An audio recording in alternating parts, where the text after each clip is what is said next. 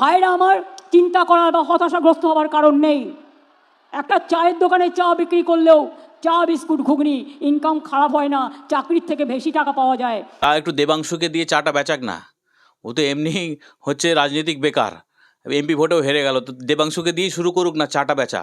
ভাইপোও আছে পরপর লাইনে, তো দেখুক না কত ধানে কত চাল হয়, কত চা বেচলে কত টাকা হয়, সেই হিসাবের একটা শ্বেতপত্র প্রকাশ করুক তৃণমূল। তাহলে আমরা বুঝতে পারবো যে হ্যাঁ, চা বেচাটা খুব মানে হচ্ছে প্রফিটেবল বিজনেস। একসময় মুখ্যমন্ত্রীও দুধের বিক্রির সাথে যুক্ত ছিলেন, সেটা তার পার্সোনাল কোনো সময় কোনো কাজ কেউ করেই থাকতে পারেন, সেটা নিয়ে সমস্যা নয়। কিন্তু পশ্চিমবাংলায় সন্ত্রাস সৃষ্টি করে রেখে দেবে, কোনো শিল্পপতি এসে শিল্প করবে না, শিল্পের নামে এখানে ভজরং চলবে, এখানে বিজনেস সামিটের নামে ভজরং চলবে, যেগুলো মানুষ সব দেখবে যে হ্যাঁ হ্যাঁ শিল্পপতিরা আসছে যাচ্ছে বক্তৃতা দিচ্ছে, কিন্তু মাঠ ফাঁকা পড়ে আছে, শিল্প কেউ করছে না। কারণ এখানে হচ্ছে ব্যবসা শুরুর আগেই প্রফিট চাই। হিন্দিতে একটা কথা আছে যে গাঁও বাসা নেই লুটেরা হাজির, অর্থাৎ এখানে কিছু করতে খুঁটি পুঁততে না পুঁততেই তৃণমূলের নেতারা হাজির, এলাকায় বোম্বিং শুরু করে, তোলাবাজি আরম্ভ করে, সবাই ছুটে ছাটে পালায়। আইনজীবী হিসাবে এইটা আইন দেখে যেটা মনে করার, সেটা হচ্ছে বিচারকের সামনে যে তথ্য প্রমাণ তদন্তকারী সংস্থা তুলে ধরবে, এবং সেইটা নিয়ে যতটা সহজ হবে বিচারক তার বাইরে যাওয়ার ব্যাপার নেই। যে জিনিসটা বিচারকের সামনে আসেইনি সেটা নিয়ে বিচারক কিভাবে রায় দেবেন? তো সুতরাং সেটা একদমই যিনি বিচারক ছিলেন তিনি সব দিক বিচার করে বিচার বিবেচনা করে এই রায় দিয়েছেন। তো এটাকে আমরা মানে মানতে বাধ্য। যদি আপার কোর্টে সেই রায় কোনো সময় খারিজ হয়, তো তখন সেটা নিয়ে ভাবা যাবে। আপনি কি মনে করেন 5 দিন যে কলকাতা পুলিশের হাতে দায়িত্ব ছিল তার মধ্যে কি কিছু তারাই তো লোপাট করেছে। মানে যখন সঞ্জীব ঘোষ ওখানে ছিল, দেয়াল ভাঙা থেকে শুরু করে তথ্য প্রমাণ লোপাট থেকে শুরু করে, কলকাতা পুলিশ তো তথ্য প্রমাণ লোপাটে মানে এক্সপার্ট আছে। এখানে ফরেন্সিকের লোক নিয়ে গিয়ে, আইনজীবী নিয়ে গিয়ে কী না কী করেছে, বা তার সবচেয়ে মানে পরিষ্কার বোঝা যায় যে বডিটাকে অত তাড়াতাড়ি ডিসপোজাল, কারণ মা বাবাকেও দেখতে দেওয়া হয়নি। তো সুতরাং এটাই পশ্চিমবঙ্গ পুলিশ, কলকাতা পুলিশের চরিত্র। এরা মানুষের টাকায় 12 মাস চাকরি করে 14 মাসের মাইনে পায়, কিন্তু মানুষের জন্য কাজ করে না। তৃণমূল কংগ্রেস এর পুঁজি হচ্ছে সংখ্যালঘু ভোট। তো পুঁজি মানে হচ্ছে প্রিন্সিপাল, আসলে যেন কেউ ভাগ না বসায়।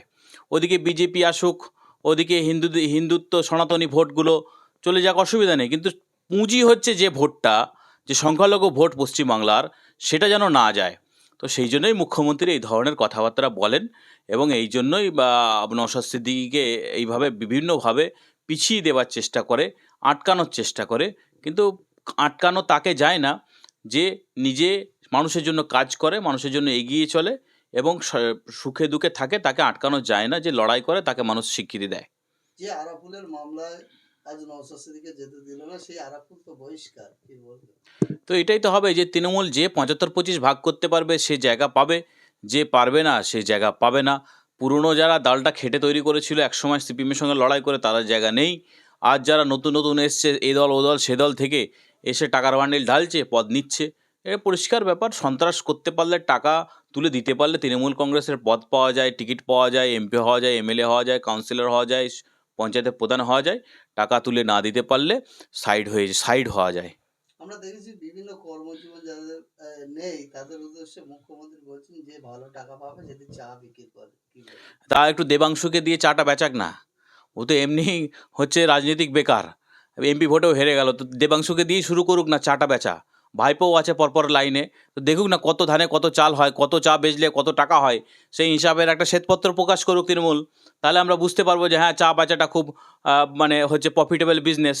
একসময় মুখ্যমন্ত্রীও দুধের বিক্রির সাথে যুক্ত ছিলেন, সেটা তার পার্সোনাল কোনো সময় কোনো কাজ কেউ করেই থাকতে পারেন, সেটা নিয়ে সমস্যা নয়। কিন্তু পশ্চিমবাংলায় সন্ত্রাস সৃষ্টি করে রেখে দেবে, কোনো শিল্পপতি এসে শিল্প করবে না, শিল্পের নামে এখানে ভজরং চলবে, এখানে বিজনেস সামিটের নামে ভজরং চলবে, যেগুলো মানুষ সব দেখবে যে হ্যাঁ হ্যাঁ শিল্পপতিরা আসছে যাচ্ছে বক্তৃতা দিচ্ছে, কিন্তু মাঠ ফাঁকা পড়ে আছে, শিল্প কেউ করছে না।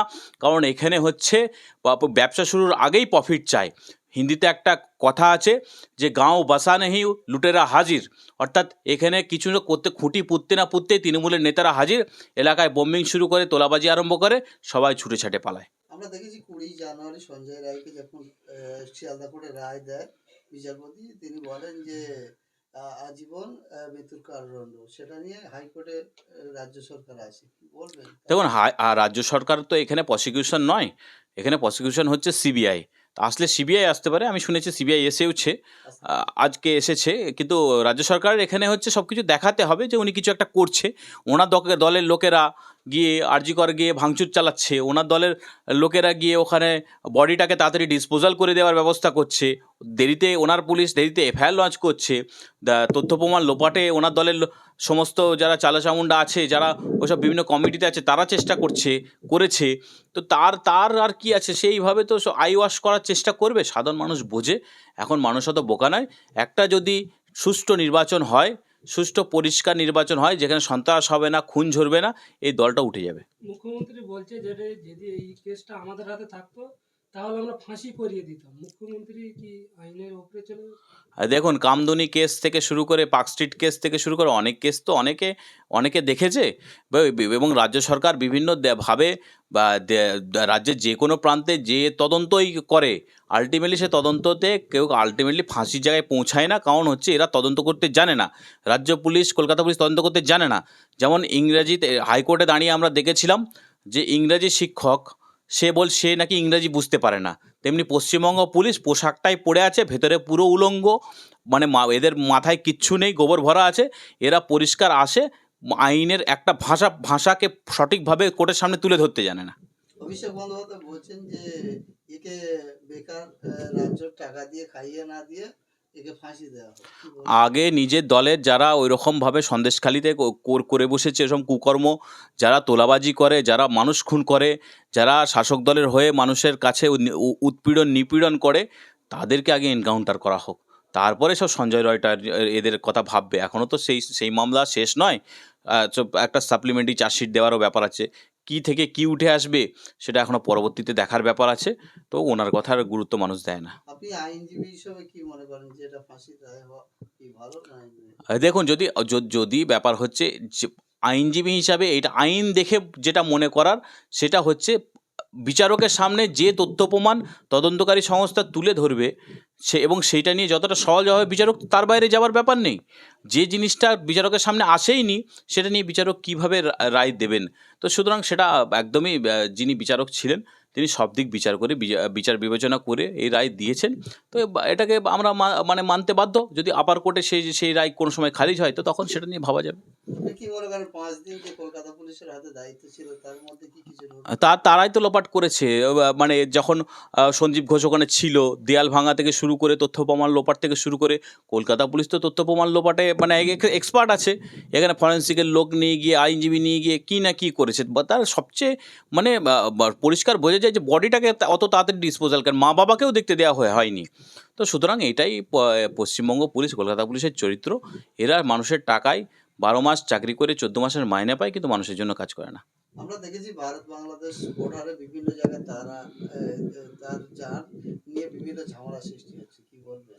না, এটা তো সম্পূর্ণ রাজ্য সরকারের ওপরে। ল্যান্ড ম্যাটার্স হচ্ছে রাজ্য সরকার দেশের ভারত সরকারের কাছে জমিটা যতক্ষণ না হ্যান্ড ওভার করছে ততক্ষণ তার কাটা লাগাতে পারছে না। এই কাজটা বহুদিন আগেই করে ফেলা উচিত ছিল। তখন যদি করে দিতেন তাহলে আজকে এই সমস্যাটা দেখা দিত না। তো ইমিডিয়েট সেগুলো করে দেওয়া উচিত, বা পুরোপুরি ফেন্সিং হওয়া উচিত।